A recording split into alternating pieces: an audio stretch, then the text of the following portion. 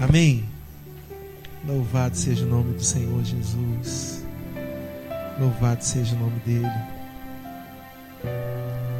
Ele é santo, amém? Quantos concordam com isso? Ele é santo.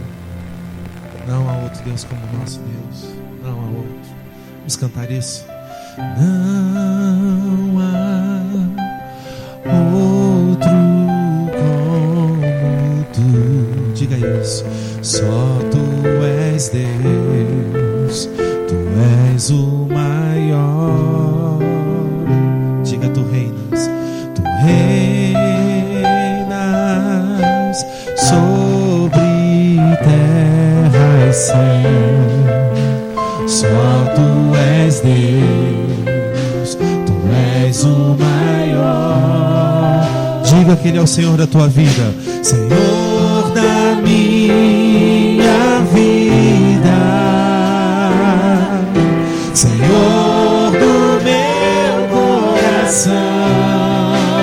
Você tem coragem de fazer isso? A ti levanto as minhas mãos para te adorar. Sempre e sempre proclamar. Teu nome é santo. O teu nome é santo. Teu nome é santo. Santo, santo, santo és, santo és, Jesus. Mais uma vez vamos declarar que não há outro como o nosso Deus. Aleluia. Não há outro como tu. Diga, só tu és Deus. Só tu és Deus. Tu és o maior. Tu reinas sobre terra e céu. Só tu és Deus. Tu és o maior. Diga que Ele é o Senhor da tua vida. Senhor da minha vida. Senhor do meu coração. A ti levanto as minhas mãos. A ti levanto as minhas mãos para te adorar. E sempre declarar, e sempre proclamar. Teu nome é santo. Teu nome é santo. O teu nome é santo. Teu nome é santo. Santo.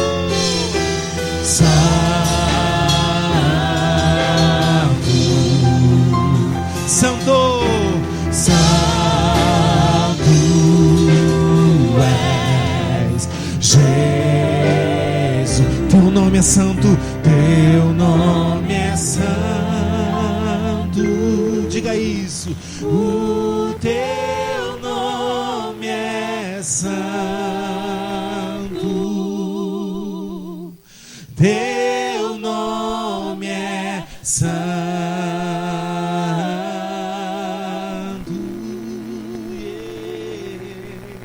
Santo,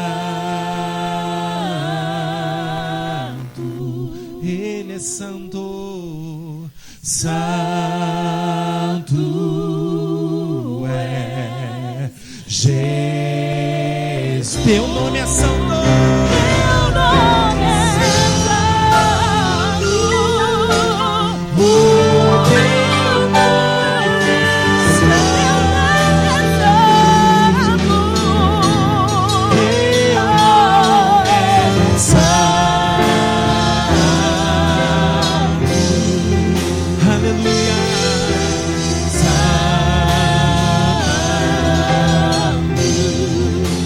aleluia.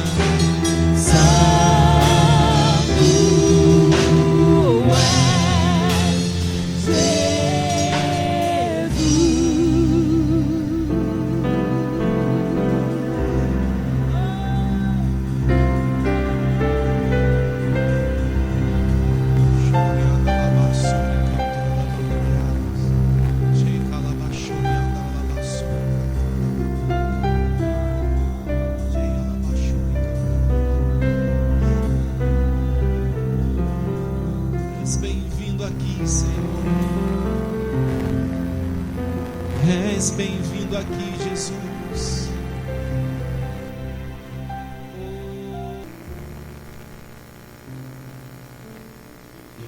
Então vamos lá, Marcos 8, versículo 31, diz assim: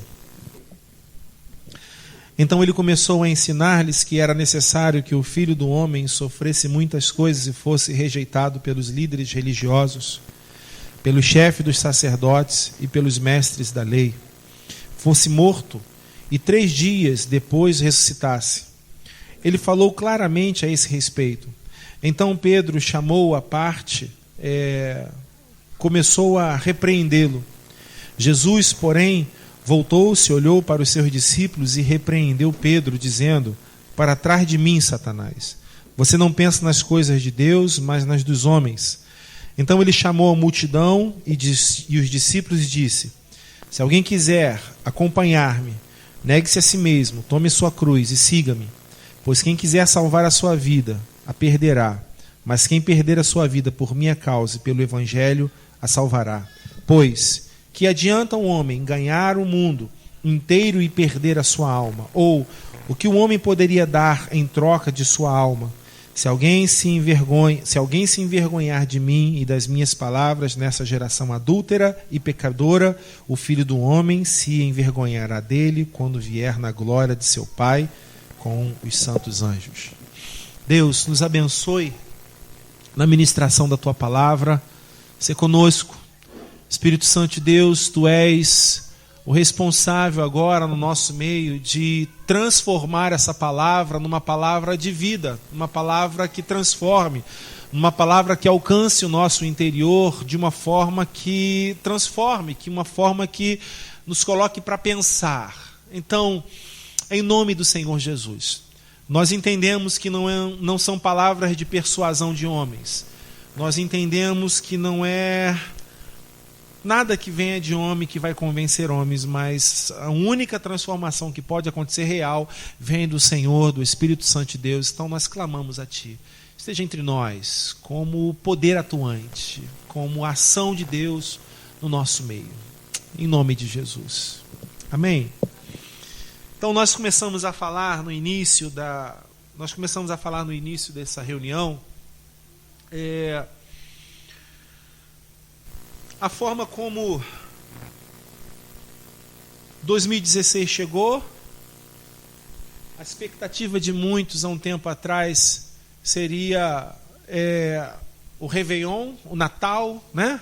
Há um tempo já começava a falar sobre Natal, quase um pouquinho depois do meio do ano, um pouquinho depois mesmo, veio a primeira propaganda de Natal. Eu falei, caramba, já? Né? Não sei quantos perceberam isso. E logo depois já vem aquela questão do Réveillon e de repente aquela euforia começa agora a baixar.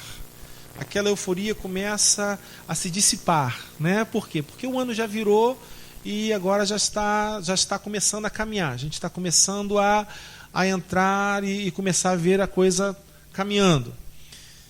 A questão toda é o que nós vamos enxergar daqui para frente e o que nós vamos viver daqui para frente. A questão toda é como que o ano vai se desenrolar. Cada mês a gente espera alguma coisa diferente. Cada mês a gente está olhando para alguma coisa diferente. Cada mês a gente enxerga alguma coisa diferente, alguma proposta diferente. E muitas vezes nós vamos chegar no final do ano que nós estamos vivendo da mesma forma do ano que nós vivemos, passado. E a gente vive aquelas promessas, ou então aquelas declarações da boca para fora, que o ano que vem vai ser assim, o ano que vem eu vou mudar, e o ano que vem, o ano que vem, o ano que vem. E a gente vai percebendo que muitas vezes essas palavras que nós falamos, elas foram apenas palavras soltas ao ar, que nenhuma profundidade, com nenhum vínculo e nenhum compromisso de relação com Deus. Por favor, só use o seu celular agora se for para mensagem. Se não for para mensagem, não use com zap, com nada.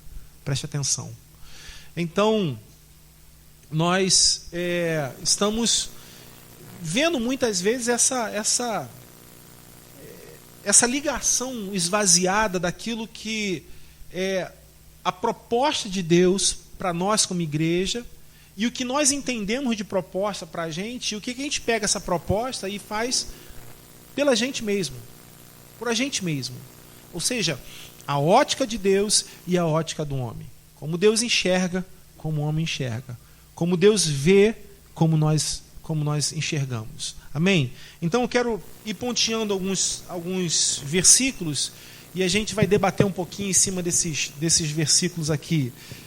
Para relembrar, versículo 31, ele está dizendo assim: então ele começou a ensinar-lhes que era necessário que o Filho do Homem sofresse muitas coisas e fosse rejeitado pelos líderes religiosos, pelos chefes dos sacerdotes e pelos mestres da lei, fosse morto e 3 dias depois ressuscitasse. No 32 diz: e ele falou claramente a esse respeito. Então Pedro, chamando-o à parte, começou a repreendê-lo. A gente já enxerga uma coisa muito diferente, né? A gente já começa a enxergar como é que Deus está enxergando e como é que Pedro está enxergando. Como é que Jesus enxerga o reino e a vontade do Pai e como é que Pedro enxerga. Jesus começa a falar, e é interessante que aqui nesse texto ele fala assim: Jesus falava muito claro a respeito do que ele veio fazer. Então Jesus está ali declarando para os seus discípulos, num momento mais íntimo, num momento mais particular entre eles, Jesus está ali declarando o plano da salvação. Era o plano da salvação. Que ele veio, que ele seria rejeitado pelos líderes, que ele seria rejeitado pelos sacerdotes, pelos religiosos, que ele seria rejeitado, né? E que depois seria literalmente assassinado, ele entregaria a sua vida, seria morto para 3 dias depois ressuscitar. Gente, Pedro chama Jesus à parte, num canto. Pedro quer dar um conselho a Jesus. Pedro chama Jesus num canto e fala assim: mestre, por favor, dá uma chegadinha aqui. Quero falar com o senhor aqui em particular. E Pedro chama esse Senhor Jesus num canto e repreende as palavras de Jesus. E repreende o que Jesus está falando tocante ao reino de Deus. A repreensão no sentido de inibir, de impedir, de coibir que aquilo acontecesse. Ele está impedindo. A forma como Jesus enxerga e a forma como Pedro está enxergando. E agora, quando a gente olha no versículo 33, Jesus diz assim: Jesus, porém, voltou-se, olhou para os seus discípulos e repreendeu Pedro, dizendo: para trás de mim o quê? Satanás, você não pensa nas coisas de Deus, mas nas coisas dos homens. Tu já pensou nesse texto? Já pensou nessa passagem? Quando ele diz, para trás de mim, Satanás? Já conseguiu perceber isso? Muitas vezes nós estamos falando e pensando sobre o para trás de mim, Satanás, simplesmente numa passagem, parece que Pedro está possesso do espírito maligno de Satanás, e ele então usa a boca de Pedro para tentar ludibriar ou desviar a atenção de Jesus do que deveria ser realmente. Ou então, nós podemos pensar que Pedro estava ouvindo alguma voz ou sendo influenciado por alguma voz, a voz do nosso adversário, para novamente influenciar Jesus a não cumprir com o propósito dele. Mas a verdade é que o diálogo que está rolando aqui não se trata de um diálogo que está ou não está havendo a presença de Satanás. Não é essa a ideia. A verdade que ele está dizendo é o seguinte para Pedro: olha, você, para trás de mim, você não pensa nas coisas de Deus, mas nas dos homens. Jesus está agora olhando para Pedro dizendo o seguinte: a forma de você pensar, a forma que você formula, né? Ou seja, o meio pelo qual você produz o seu pensamento não está sendo um meio de produção de pensamento vindo de Deus. O que você entende por reino, o que você entende por palavra, o que você entende por vida que você está olhando, não está pautado nos princípios do Senhor, mas nos princípios do homem. Pedro está olhando dentro de uma razão humana. Pedro está olhando dentro de um racional humano. Dentro de um racional onde a sua visão é uma horizontalidade, ou seja, onde a sua visão ela está pautada a olhar no outro, ou seja, na direção do outro, no mesmo sentido que todo mundo pensa. Só que Jesus não está falando de uma horizontalidade, Jesus está falando de um quê? Uma verticalidade. O que Jesus está trazendo para os homens nesse momento é a ideia do Pai no reino, é a ideia do Pai na eternidade.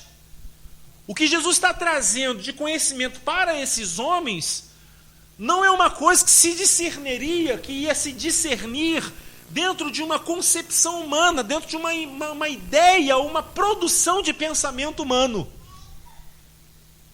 Mas pelo contrário, Pedro precisaria estar entendido ou plugado em Deus para conseguir acompanhar o que ele está dizendo, o que ele está falando. Está dando para entender isso? Porque ele está falando assim: olha, para trás de mim, Satanás, você não pensa nas coisas de Deus, mas nas dos homens.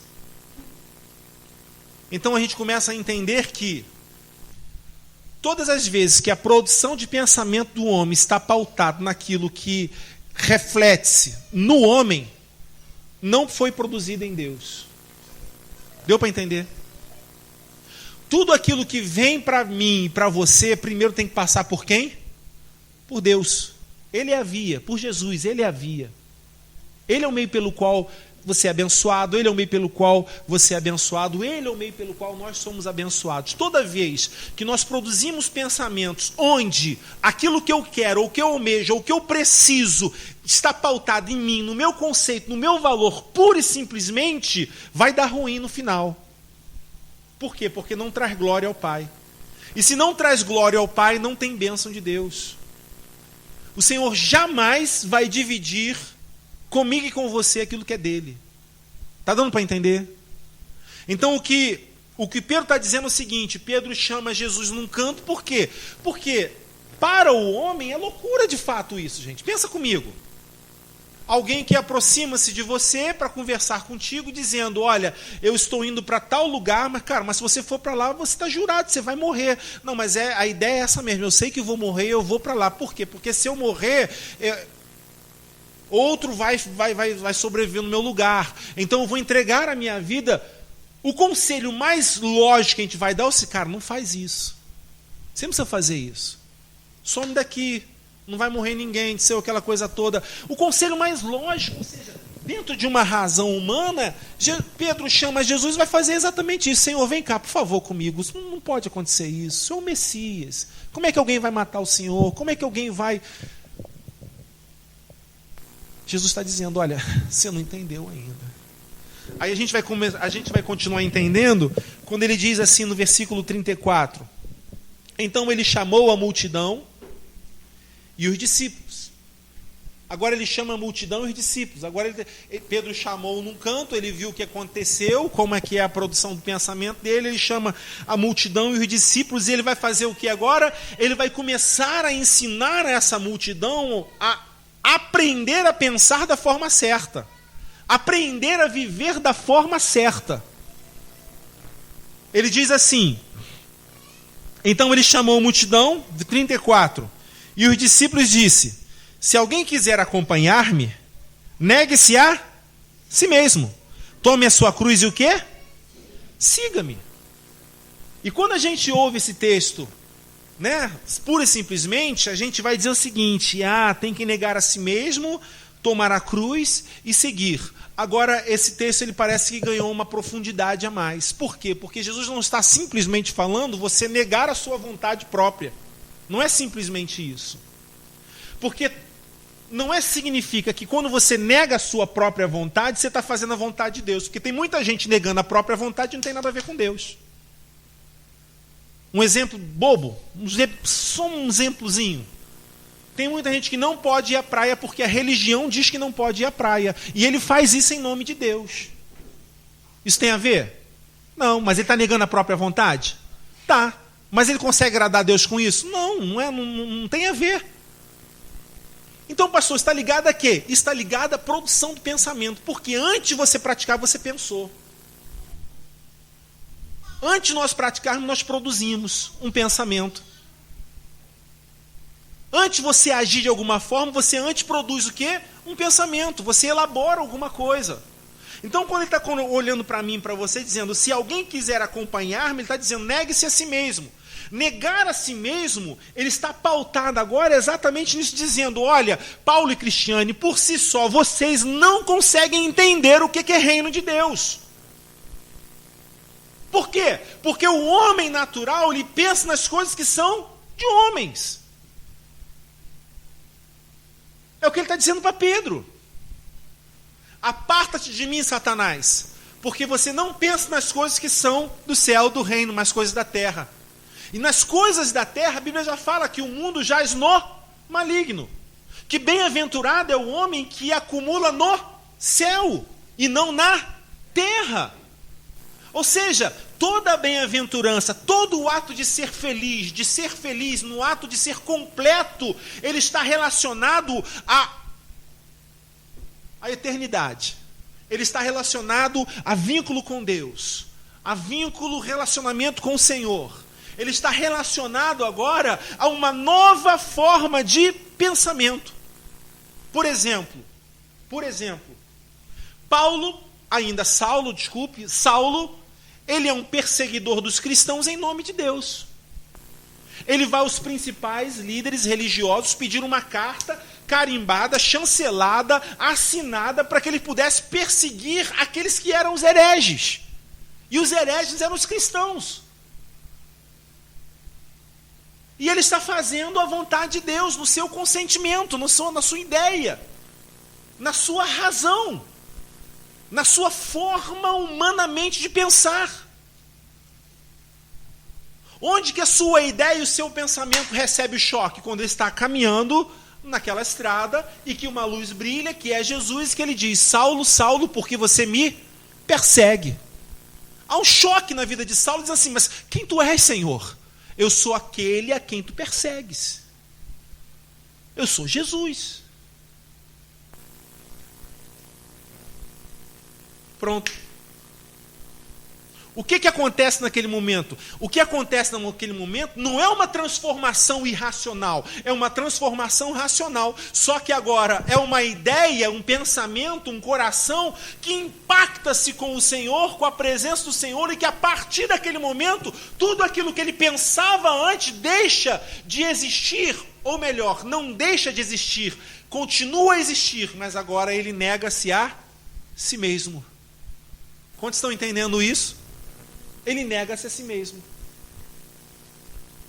Nós todos os dias estamos diante de alguma situação, todos os dias, ou de tempo em tempo, em algumas épocas, ou sabe, em algumas ocasiões, nós estamos diante de situações que nós podemos envergonhar ou honrar, que nós podemos agir como homens espirituais ou agir como homens carnais. Quem vai dizer quando você é carnal ou espiritual? É simplesmente a sua ação? Não. Não é a sua ação. Mas por que não é a minha ação? Irmãos, é mais complicadinho do que a gente pensa. Porque a minha ação pode estar mostrando para a Patrícia e para a Alessandra uma coisa, mas o Espírito Santo de Deus sabe quem eu sou aqui dentro. Entendeu? Quantos estão entendendo isso, irmãos? É muito mais profundo. A minha ação pode ser estar aqui agora podia estar de colarinho, de terno, gravata, com a Bíblia embaixo da mão, falando com uma eloquência tremenda, você achando alguma coisa, mas eu lá fora poderia ser um canalha. Mas você falaria assim, nossa, aquele pastor é uma benção. Né? A questão é, a quem nós estamos convencendo? Então o Senhor olha para esse Pedro, está dizendo o seguinte, olha, você quer me seguir? Negue-se a si mesmo. O que é negar a si mesmo? Toda a produção, todo o início, todo o princípio seu tem que mudar radicalmente em função de mim. Então agora não é mais uma produção de Satanás, ou seja, não é mais uma produção carnal, não é mais uma definição carnal, não é mais uma escolha simplesmente dentro de um racional humano, mas é uma escolha dentro de uma verticalidade de Deus. Todo o pensamento de Deus, toda a unção do Senhor, toda a produção de Deus, o reino de Deus é gerado no coração da gente. Bah! Por que ele declara para mim e para você que nós não somos mais desse mundo? Vós não sois mais deste mundo, mas de outro. As suas leis não são mais essas leis, mas a lei do reino de Deus, não é isso? Por que ele fala que nós não somos mais desse mundo? Como é que a gente não é desse mundo, gente? Alguém aqui nasceu em Marte? Não é verdade? Todos nós nascemos nesse lugar, sim ou não? Então o que ele quer dizer com isso, gente? Ele quer dizer que para mim e para você, Anderson, ele lançou, colocou, projetou, entendeu? Apresentou o quê? Um pensamento, uma produção, uma linha de pensamento que não condiz e não vão entender aqueles que não fazem parte. Ele está dizendo para mim e para você o seguinte, olha, se você quer entender e conhecer o reino de Deus, é um pouquinho mais a fundo, Renata. É um pouquinho mais a fundo. Porque eu estou além dessa compreensão. Ou seja, quando nós entendemos isso, todo o sentido de religiosidade vai embora. Estávamos na virada do ano e o irmão perguntou assim, pastor, posso ir de bermuda para a igreja? Pode. Né? Pode. Por quê? Porque quem disse que Deus está olhando para a bermuda? E se o irmão vier todo engravatado e ele for pior do que o irmão que está de bermuda? Para a gente vai dizer assim, nossa, aquele irmão é uma bênção. Uma bênção. Né? Mas quando você vai olhar lá no finalzinho, tudo mudou. É tudo diferente. Então, irmão, onde começa tudo na nossa vida? Começa aqui na produção. Quando a gente entra ali em Romanos 12, ele vai dizer o que para mim e para você? Para a gente não se amoldar a este mundo. Mas fazer o quê? A renovação da nossa mente. Sim ou não, gente? Então ele fala no 34, nós vamos falar sobre esse versículo já. Ele fala no 34, então ele chamou a multidão e os discípulos e disse, se alguém quiser acompanhar-me, negue-se a si mesmo, tome sua cruz e siga-me. Aí a gente começa a entender mais um pouquinho, versículo 35, quando ele diz assim, pois quem quiser salvar a sua vida, esse vai o quê? Esse perderá. Mas quem perder a sua vida por minha causa e pelo evangelho, esse salvará. Por que ele fala agora sobre salvar a sua vida? Ele fala exatamente nesse contexto de entendimento. Uma pessoa só quer salvar a sua própria vida quando essa pessoa acha que a sua vida está correndo risco. Ninguém pensa em salvar a sua vida se a sua vida não está correndo risco. Só que quando a gente olha para o Evangelho, que você passa a ser marcado pelo Espírito Santo de Deus, ele olha para mim e para você e está dizendo, eis que vos envio como ovelhas no meio de lobos. Todos os dias. E que você vai ter que testemunhar o nome do Senhor todos os dias. Não é que nós vamos ter que testemunhar, é que o cristão testemunha. Por quê? Porque se eu pensar que eu tenho que testemunhar, eu estou fazendo o quê? Uma produção de pensamento que eu preciso fazer mais alguma coisa que ainda não é verdade dentro de mim. Eu estou me obrigando a fazer aquilo. E quando eu sou cristão, eu não sei fazer diferente. E quando eu sou marcado por essa palavra dentro do meu coração todos os dias, eu não consigo fazer diferente. Então o cristão, ele vai estar sozinho, ou ele vai ser o mesmo de estar acompanhado. Então o cristão, ele vai estar navegando pela internet sozinho, ele vai ser o mesmo que vai estar separado em comunidade. Então o cristão, quando tiver a oportunidade de fazer um gato na luz, é a mesma coisa se ele não tiver a oportunidade. Por quê? Porque ele não vai fazer. Por que ele não vai fazer? Porque ele é. Ele não está preocupado em salvar a sua vida. Só que não estar preocupado em salvar a sua vida implica numa outra situação. Implica que você não se encaixa mais nos moldes desse mundo. Amém? Implica que você não se encaixa mais nos moldes desse mundo. Então, você que é jovem, você que é adolescente, os amigos estão indo para balada, estão indo para o funk, estão indo para sei lá o que é hoje. Entendeu? Você não está se inserindo no meio deles, porque não está batendo mais. E aí, o que acontece agora? Ou eu me ajusto para ser aceito pela comunidade, pela tribo, ou eu vou ser quem eu sou, e eles vão aprender a me respeitar sendo como eu sou. O que a gente faz agora? O que esse adolescente faz agora? O que esse jovem faz agora? Uma outra pergunta, você é o que é, amém? Por que no seu colégio, na sua faculdade, em algum lugar, você ainda não começou a fazer alguma coisa que expresse quem você é? Por quê? Por que no seu trabalho você ainda está como um agente 007? Ninguém sabe quem você é. Porque, meu irmão, preste atenção, se as minhas atitudes e as minhas ações, elas não são forjadas simplesmente por um pensamento, mas ela é o que é, eu sou o que sou em qualquer lugar. Eu não consigo me esconder. Eu não estou tentando salvar a minha vida. Eu não estou tentando ser aceito. Amém? Amém ou não, gente? E aí ele fala, pois quem 35, pois quem quiser salvar a sua vida, perderá. Mas quem perder a sua vida por minha causa e pelo Evangelho, a salvará. Esse Evangelho. Entende esse salvará? O Senhor diz que Ele veio para nos dar vida em abundância. A pergunta que eu quero fazer é o seguinte, quantos aqui tem vida ao quadrado? Alguém tem vida ao quadrado? Não existe vida ao quadrado. Ou nós temos vida ou não temos vida. Ninguém pode ter mais vida do que já tem. O que marca a vida? Fôlego no pulmão, batimentos cardíacos. Não é isso? Batimentos cardíacos marca a vida.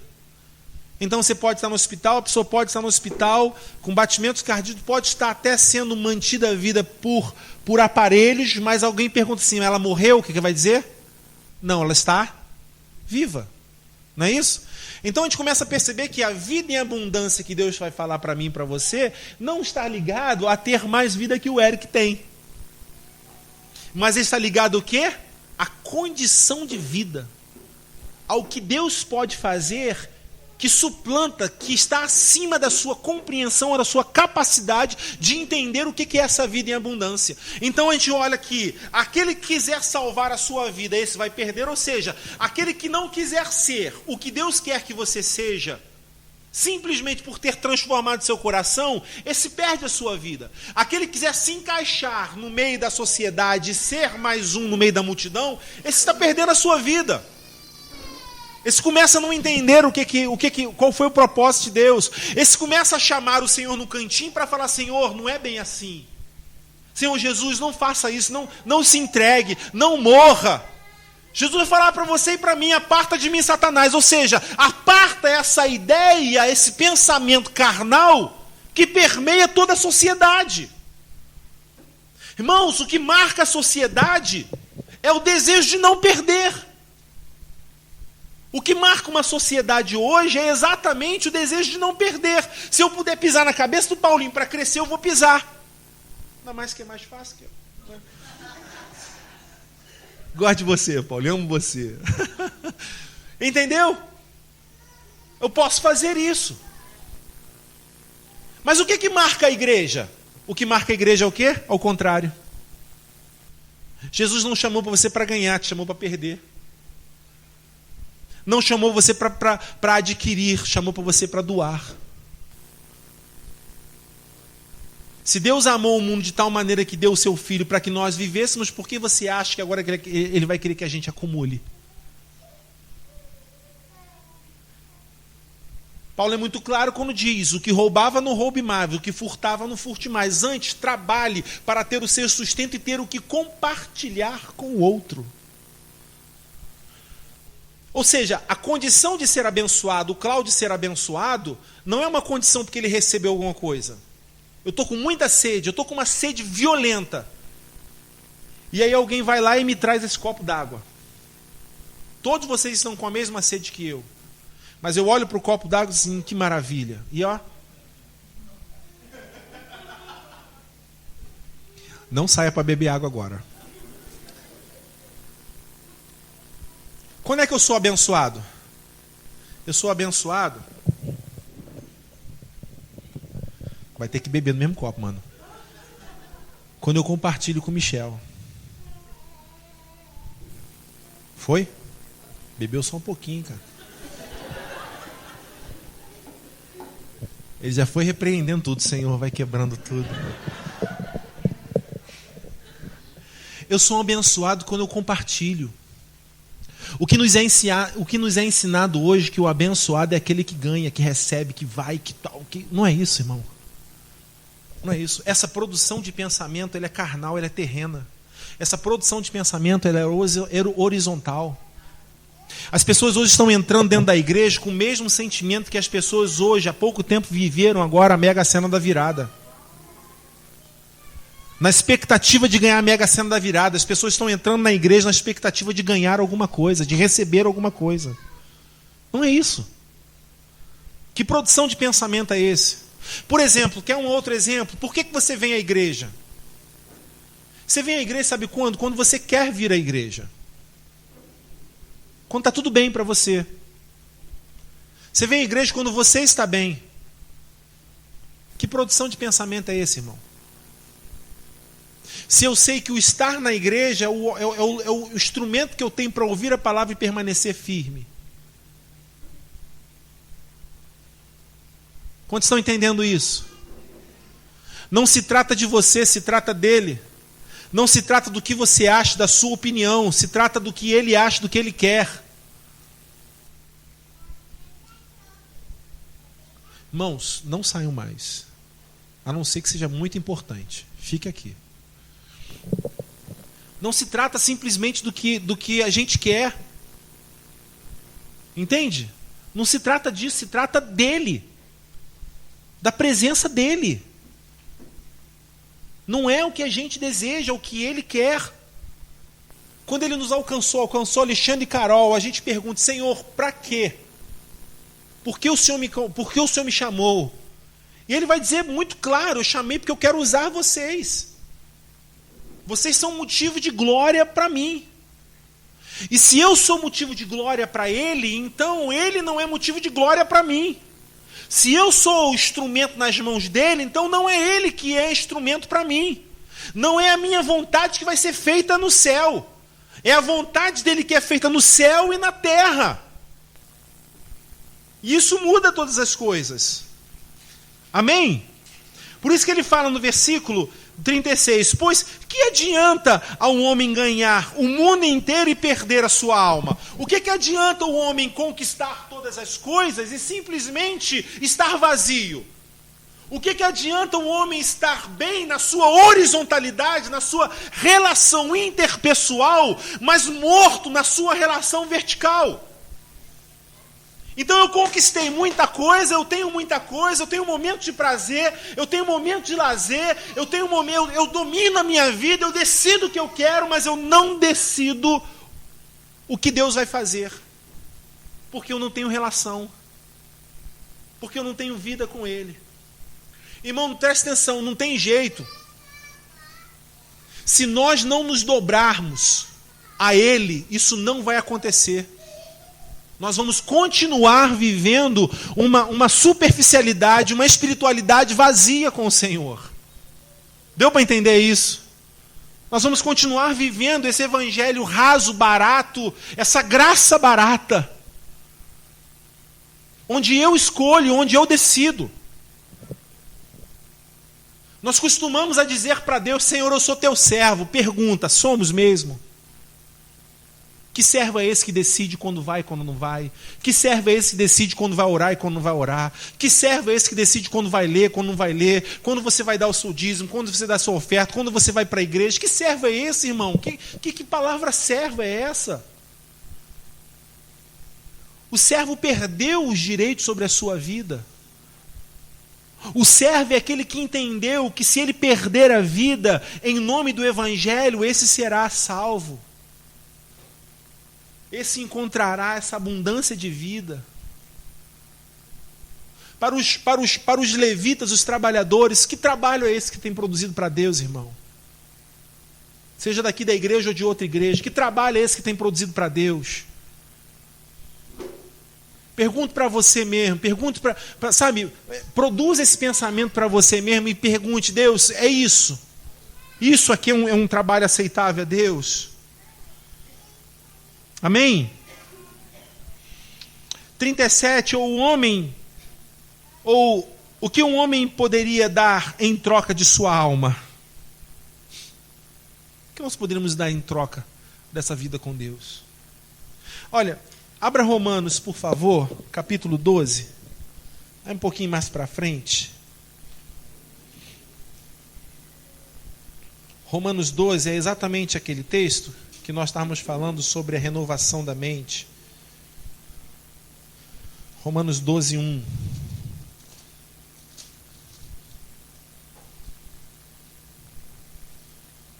Amém? Posso ler? Michel bebeu quase minha água toda, gente.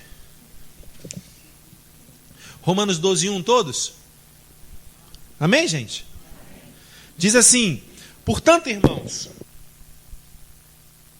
rogo-lhes, pelas misericórdias de Deus, que se ofereçam em sacrifício vivo, santo e agradável a Deus, e este é o culto racional de vocês. Não se amoldem ao padrão deste mundo, mas transformem-se pelo quê? Pela renovação da sua mente. Para quê? Para que sejam capazes de experimentar e comprovar o quê? A boa, agradável e perfeita vontade de Deus. Amém? Não é isso? Agora vamos dar uma olhadinha no versículo primeiro. Olha o versículo primeiro, vamos entender melhor o versículo primeiro. Ele diz assim: portanto, irmãos, rogo-lhes, pelas misericórdias de Deus, que se ofereçam em sacrifício vivo, santo e agradável a Deus. Primeiro, ele roga pela misericórdia dele. A misericórdia do Senhor é a causa de nós não sermos consumidos. Então você e eu só estamos aqui porque a misericórdia dele se renovou nessa manhã sobre as nossas vidas. Ele está pedindo por essa misericórdia, para que nós consigamos o quê? Oferecer. Há uma capacitação de Deus para que nós consigamos fazer exatamente isso aqui: nos entregar, seguir a Ele. Amém? Nessa produção nova de pensamento.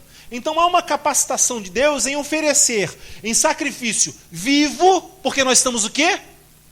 Estamos o quê? Vivos. Santo, que é o quê? Separado. Separado do quê? Dessa relação toda de mundo. E agradável a Deus. Aí ele vai dizer o quê? Que este é o culto racional de vocês. A pergunta é: racional aos olhos de quem? Exatamente, alguém já falou aí. Por quê? Porque o culto racional, se nós andarmos simplesmente pautado em cima de uma racionalidade humana vazia de Deus, nós jamais vamos conseguir alcançar o coração dele. Pedro olha o Senhor, quando ele chama o Senhor num canto para dizer: Senhor, não faça isso com o Senhor, ele não está falando debaixo de uma maldade, mas está falando dentro de um sentimento de amor. Deu para entender? Pedro não está falando dentro de um sentimento demoníaco, satânico, para dizer assim: não morra, porque se o Senhor morrer a obra não vai ser feita. Mas é o contrário, Pedro está falando isso pautado no sentimento de amor, de cuidado, de zelo, que para ele era o racional, mas não aceito por Deus. Então ele fala aqui, portanto, irmãos, rogo-lhes pelas misericórdias de Deus, que ofereçam sacrifício vivo, santo e agradável a Deus. Vivo, santo e agradável para quem? Para Deus. Precisa ser para Deus. Então, se é para Deus, não pode estar pautado dentro de um relacionamento racional humano. Não pode estar pautado dentro de uma horizontalidade. Não pode estar pautado dentro de um princípio onde todos os homens pensam a mesma coisa. O que o Senhor está chamando a mim e a você é o mesmo sentimento que houve em Estevão ao ser apedrejado. Ele está chamando a mim e a você, Joyce. De chegar nesse momento agora e a gente falar: Senhor, eu entrego a minha vida a Ti. Está todo mundo arrebentando. As coisas estão caindo pelos lados. A família está paulando você. O trabalho está desse jeito, o trabalho daquele outro jeito. Estevão estava sendo apedrejado, mas ele já não estava mais vivendo essa horizontalidade. Ele já estava vivendo uma verticalidade. Ele olha para o céu, vê o céu aberto, vê o Senhor dele e diz: Senhor, perdoa-os, porque eles não sabem o que estão fazendo. Era uma oportunidade tremenda de falar assim: ah, miseráveis, malditos, Senhor, pesa a mão sobre eles, mata todo mundo. Não era isso, gente? Esse não é o normal de muito ser humano? Do fermento subir, o bicho pegar? Não é o normal? É o normal, gente, do homem. Quando que isso começa a transformar? Quando o Espírito Santo devagarzinho vai entrando no meu coração, no Elcio, na Aninha, né? Vai entrando no nosso coração e aquilo vai mudando, vai mudando, vai mudando. O que ele está fazendo? Mudando a forma de pensar, de processar o mundo. Mudando a forma antes de como você vê o seu trabalho. Bruninha, mudando a forma de como você vê as situações. Ele vai transformando a mim e a você. Alguém quer que seja mais rápido. Alan, vamos, Alan. Olha, você está tanto tempo na igreja, vamos. Mas Deus está dizendo: está tudo no meu tempo. Eu só quero o seu coração. Essa relação que Deus quer ter comigo e com você. Então, deixa eu lhe fazer uma pergunta. Por que você vem à igreja? Porque você tem que vir à igreja? Não é isso, irmão. Você ainda não entendeu. Por que você vem à igreja? Porque é onde eu me alimento. Por que você vem à igreja? Porque eu entendo que é lá que eu me alimento. Irmãos, nós estamos num tempo tão esquisito que o melhor lugar para você criar o seu filho é dentro de uma igreja. É dentro de uma salinha. É dentro de uma escola bíblica. E nós temos pais que às vezes querem ficar um pouquinho mais à vontade, vem para a igreja e deixa o filho em casa. Pais que não estão exercitando seu filho, irmão, gasta tempo de tentar fazer o seu filho ficar lá atrás. Ah, pastor, não tem jeito, ele não fica. Você está sendo alimentado e o seu filho não. Entende isso? Aí ele fala assim no versículo 2: não se amolde ao padrão deste mundo. O que é isso? O que é isso, irmão? Mas transformem-se pela renovação da sua mente. Como que se transforma a mente, Eric? É um software? É um chip? Como que eu posso chegar aqui agora e instalar um programa dentro de mim e a coisa ser toda transformada? Mas Paulo está dizendo para os romanos: transformem-se, transformem-se. Paulo está dizendo aos romanos que é uma cidade promíscua, está dizendo: não viva isso. Não é isso que Deus quer para vocês. Transformem-se, ou seja, quando ele diz transformem-se, ele está dizendo o seguinte: a responsabilidade é de vocês. A responsabilidade de querer algo diferente é de vocês. Jesus olha para esse Pedro e para essa multidão e para os discípulos e está dizendo para eles: olha, quem quiser me seguir, deve negar-se. Deve pegar a sua mente secularizada e transformar a sua mente em uma mente de um cristão. Deve pegar a sua mente onde o seu prazer é qualquer outra coisa e fazer com que o seu prazer seja estar na casa de Deus, seja estar fazendo as coisas para Deus, seja adorar a Deus. Então, não se amoldem. Porque no momento que eu me amoldar, que eu me juntar, que eu me misturar, não numa mistura onde eu vou ser a luz do mundo, mas numa mistura onde eu mais quero ser trevas, aí, irmão, tudo perdeu o sentido de ser. O camarada pode estar na igreja, pode cantar incomparáveis são as tuas promessas, pode estar vivendo uma felicidade terrena fantástica, mas está morto, sem vida, completamente perdido. Eu vejo a igreja nesses dias muito assim, morta, perdida, completamente sem vida, porque a igreja parece ser uma igreja muito hedonista, onde ela busca o prazer a todo tempo, ela busca a satisfação dos seus prazeres a qualquer custo. A questão é que Deus não está disposto a pagar novo preço. Já foi pago o preço para a transformação das nossas vidas. Não se amoldem ao padrão deste mundo, mas transformem-se pela renovação da sua mente. Se a mente não for transformada, eu não serei capaz de experimentar o quê? A boa, agradável e perfeita vontade de Deus. Se a minha produção de pensamento não estiver sendo cheia de uma outra fonte, eu não serei capaz de experimentar a boa, agradável e perfeita vontade de Deus. E detalhe, todo mundo que experimenta comprova. Todo mundo que experimenta comprova. Todo mundo que experimenta a vida com Deus pode comprovar, sem palavras, que tem vida com Deus. Então, se a minha mente não for transformada através dessa palavra e da sua oração a Deus, movidas pelo Espírito Santo de Deus, que é o único que pode transformar conceitos e produção de pensamento, eu não serei capaz jamais de experimentar e comprovar que a vontade dele é boa, agradável e é perfeita. Nós podemos até fazer um teatro, nós podemos até fazer uma cena, nós podemos até passar um pelo outro, se aí, irmão, só vitória, irmão, só vitória, maravilha, só vitória. A gente pode até fazer um teatro.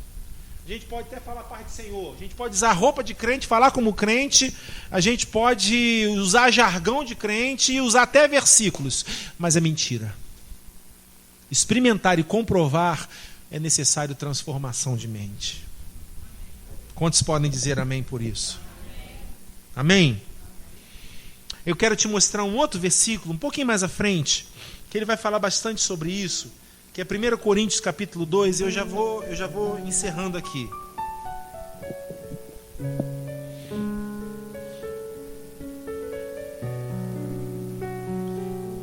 Primeiro Coríntios 2, versículo 11.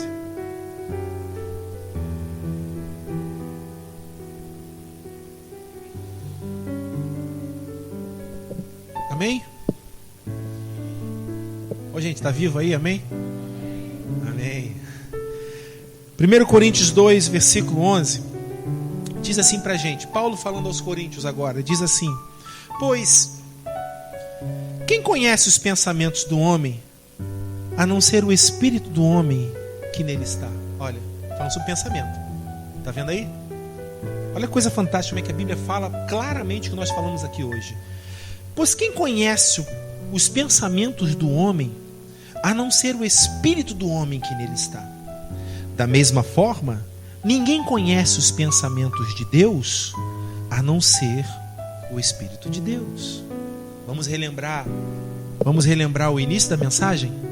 Pedro chama Jesus num canto, com pensamento de Deus ou com pensamento de homem? Pensamento de homem.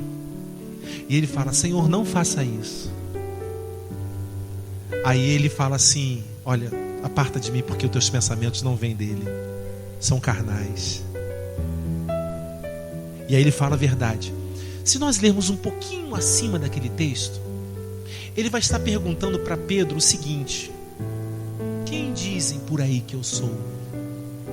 Um diz que é o profeta, um diz que é isso. E aí ele fala assim, ele pergunta assim: mas vocês? quem vocês dizem que eu sou? Pedro, o mesmo Pedro, um diálogo antes, né? Depois você pode ver um diálogo antes. Ele vai dizer assim: tu és o Cristo, Filho do Deus Altíssimo. O que Jesus responde a ele? Não foi carne, não foi homem nem carne que te revelou isso, mas quem? Pelo meu Espírito. Naquele momento o pensamento de Pedro estava plugado em Deus. O pensamento dele foi o quê? Movido por quem? Pelo Espírito. Então a gente consegue perceber que humanamente, humanos que nós somos, seres humanos, falhos, pequenos, podemos ser preenchidos, cheios da mente, da vontade, do Espírito Santo de Deus. Homens que vivem em meio ao pecado, podemos ser cheios e termos a nossa mente transformada por Ele. Isso nos mostra a necessidade de preservar o que nós temos. Há um momento Pedro é usado de uma forma, plugado com o Espírito de Deus de uma forma que o próprio Jesus diz: olha, não foi homem nem carne, mas o meu Espírito, o Espírito de Deus, Ele te revelou isso. No diálogo seguinte, ele é como se ele desse a oportunidade, a sua mente viaja e o Senhor diz: olha, o seu pensamento agora é carnal, não procede do céu, aparta de mim, Satanás. Olha que coisa tremenda. Ou seja, nem todo mundo é espiritual todo o tempo e nem todo mundo é carnal todo o tempo. O que nós buscamos então? Equilíbrio. Vamos ler esse texto que você vai ver. Pois quem conhece os pensamentos do homem, a não ser o espírito do homem que nele está? Da mesma forma, ninguém conhece os pensamentos de Deus, a não ser o Espírito de Deus. Nós, porém, não recebemos espírito com letra minúscula, que é o nosso espírito. Nós, porém, não recebemos espírito do mundo, mas recebemos o quê? Espírito procedente de Deus. Que espírito aí está com que letra? Maiúscula.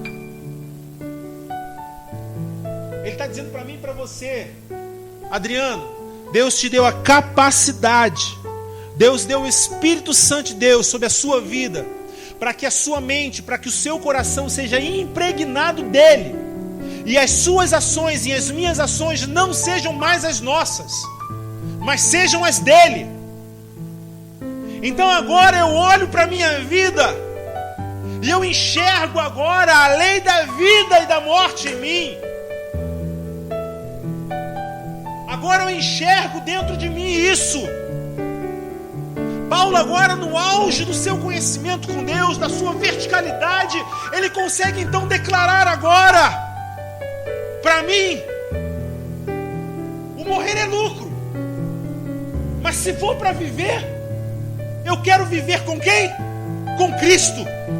Para mim viver é Cristo e o morrer é lucro.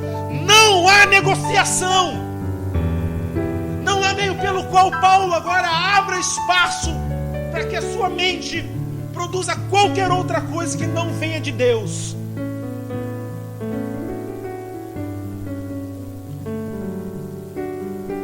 Versículo 12. Nós, porém, não recebemos o Espírito do mundo, mas o Espírito procedente de Deus, para que entendamos as coisas que Deus nos tem dado gratuitamente. 13.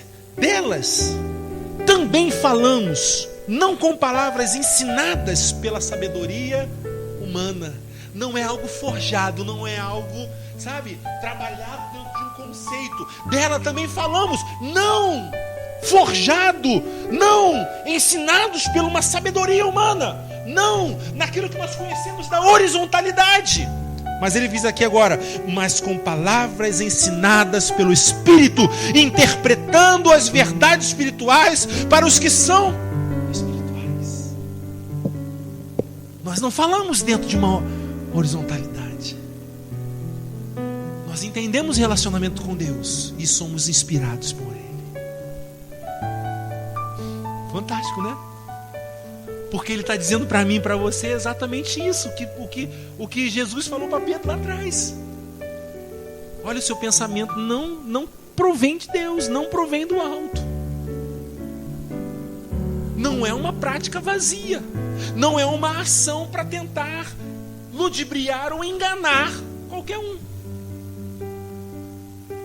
É como o marido ou a esposa que estão casados, deitam no mesmo leito e a esposa trai o marido. E quando chega em casa fala: oi marido, tá tudo bem? Ou então o contrário.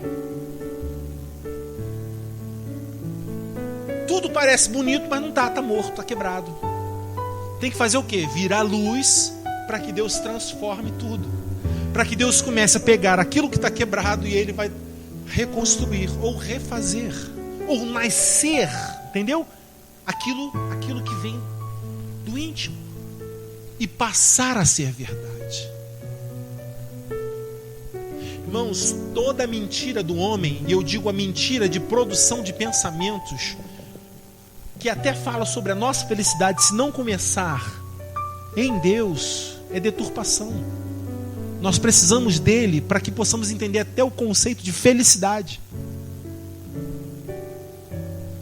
Nós precisamos dele para atender até o conceito de paz. Paz não é um sentimento de tranquilidade momentâneo. Paz é eternidade na convicção de que ela já existe. Nada me rouba do Senhor. Me dói algumas coisas, me incomoda alguma coisa, mas a convicção de que eu tenho o meu Senhor, está tudo certo. E para fechar aqui, me ajuda aqui. Nós vamos ir servindo enquanto isso, os cálices, para a gente fechar a mensagem.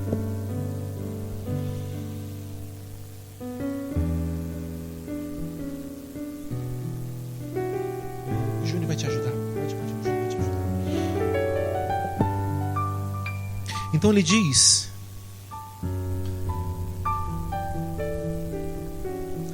versículo 14: quem não tem o Espírito não aceita as coisas que vêm do Espírito de Deus, pois lhe são loucuras e não é capaz de entendê-las, porque elas são discernidas espiritualmente. Mas quem é espiritual discerne todas as coisas, e ele mesmo por ninguém é discernido. Pois, o que diz agora o versículo 16, todo junto? Como é que fala? Quem conheceu a mente do Senhor, todos juntos, vamos lá? Quem conheceu a mente do Senhor, para que possa... Aí o que diz agora? Nós, porém, temos a mente de Cristo.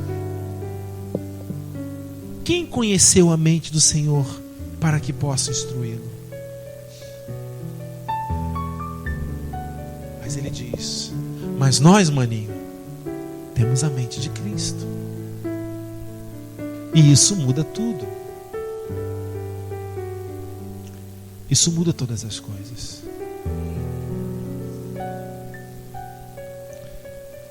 Quantos entendem isso? Volte a Romanos 12, por favor, e eu vou fechar agora. Romanos 12.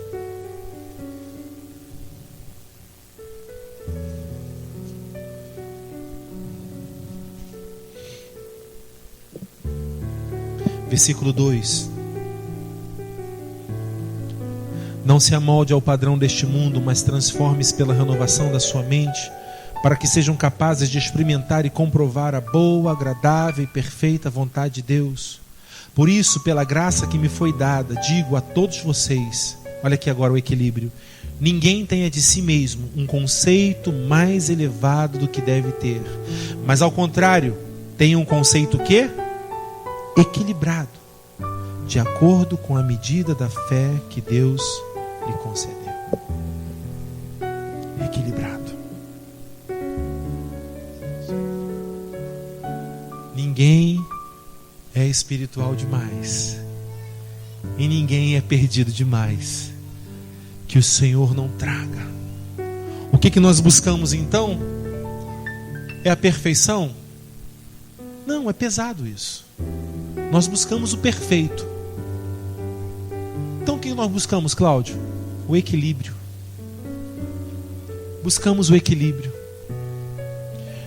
Eu não quero ser um dia o super espiritual e no outro dia ser o cara mais profano da face da terra. Eu quero equilíbrio. Eu quero viver dentro de equilíbrio. Amém, irmãos? Quantos podem dizer amém por isso?